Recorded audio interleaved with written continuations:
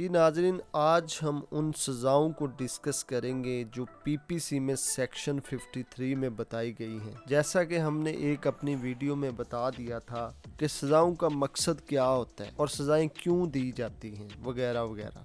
آج کی اس ویڈیو میں ہم یہ دیکھیں گے کہ یہ سزائیں جو پی پی سی کی سیکشن 53 میں بتائی گئی ہیں ان سزاؤں کی نوعیت کیا ہوتی ہے۔ تو سب سے پہلے سزا ہے قصاص۔ قصاص سے مراد ایسی تکلیف دینا ہے جیسی کہ مجرم نے دی ہو، یعنی اگر مجرم نے قتل کر دیا ہو تو اس کو بھی قتل کر دیا جائے۔ اگر کسی بھی مجرم نے کسی بھی شخص کے کسی بھی حصے کو جیسی تکلیف دی ہو ویسی ہی تکلیف اس مجرم کو دی جائے۔ مثال کے طور پر کسی کا ہاتھ کاٹ دیا ہو تو مجرم کا بھی ہاتھ کاٹ دیا جائے۔ قصاص کا مقصد یہ ہے کہ اگر کسی سے زیادتی کیے بغیر مقتول یا مجروح کے وارثوں کو مساوات اور عدل و انصاف کو ملحوظ رکھ کر جائز طریقہ سے بدلہ دلایا جائے۔ قرآن پاک میں اللہ تعالیٰ نے ارشاد فرمایا، اے ایمان والو، تمہیں حکم ہے کہ قتل میں برابر کا بدلہ ہے، آزاد کے بدلے آزاد، غلام کے بدلے غلام، عورت کے بدلے عورت۔ پھر جس کو اس کے مسلمان بھائی نے مقتول کے قصاص سے کچھ معاف کر دیا تو معاف کرنے والوں کو شریعت کے مطابق مطالبہ پر خوش معاملگی سے خون بہا ادا کر دو۔ تمہارے رب کی طرف سے یہ تمہارے لیے آسانی ہے اور مہربانی ہے۔ پھر اس کے بعد جو شخص زیادتی کرے اس کو دردناک عذاب ہے۔ اے عقل مندو، قصاص میں تمہاری زندگی ہے تاکہ تم محفوظ رہ سکو۔ سورہ بقرہ 179۔ مزید ارشاد ہے اور حکم دیا گیا کہ جان کے بدلے جان، آنکھ کے بدلے آنکھ، کان کے بدلے کان اور دانت کے بدلے دانت، اور زخموں میں مساوت یعنی قصاص کا حکم ہے۔ المائدہ 25۔ قصاص کے جرائم میں قتل عمد، بلا ارادہ ہاتھ پاؤں یا دیگر اعضاء کا کاٹنا یا پھر بالارادہ زخمی کرنا شامل ہے۔ اس کے بعد سزا کی ایک قسم دیت ہے۔ دیت سے مراد خون بہا کی ادائیگی ہے، یعنی موت کے بدلے موت، آنکھ کے بدلے آنکھ وغیرہ کی بجائے جرم کے بدلے میں خون بہا لینا۔ دیت جراحت یا قتل عمد کے ارتکاب کی صورت میں صرف ولی کی رضامندی سے نافذ ہوگی، جبکہ دیر اقسام قتل و جراحت میں قاتل پر واجب الادا ہوتی ہے، مثال کے طور پر قتل خطا، شبہ عمد وغیرہ۔ بنیادی دیت احادیث میں بیان کردہ ہے جسے نص تسلیم کرتے ہوئے ہر حکومت وقت دیت کا تعین کرے گی۔ انسانی جان کی دیت 100 اونٹ یا اس کے برابر مالیت ہے۔ حکومت پاکستان نے یہ مالی روپے میں 1,75,000 روپے مقرر کی ہے۔ اس کے بعد ہے جی عرش۔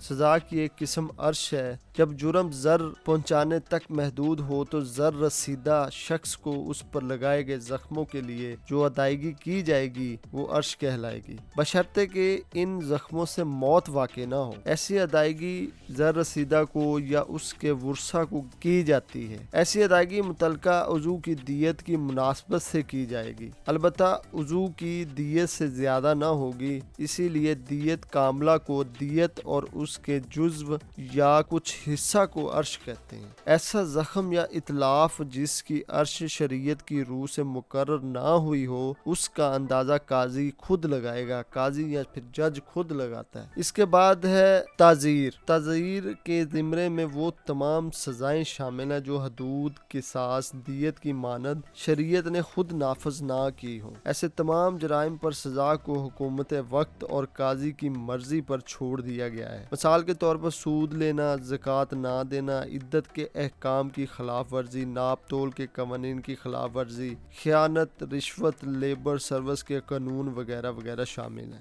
اس کے بعد ایک قسم ہے زمان، جسے دامن بھی کہا جاتا ہے۔ اگر کسی شخص کو ایسا زخم لگایا گیا ہو جس کے لیے عرش مقرر نہ ہو تو عدالت مجرم سے ضرر رسیدہ کو جرمانہ دلائے گی۔ ایسے جرمانہ کا تعین عدالت کرے گی۔ ایسے جرمانہ کو زمان کہتے ہیں، مثلا راستہ پر گڑھے کھودے جانے کی بنا پر حادثہ ہو جانا وغیرہ۔ مگر ایسے ہر زر رساں فعل کے لیے اول انتباہ ضروری ہے۔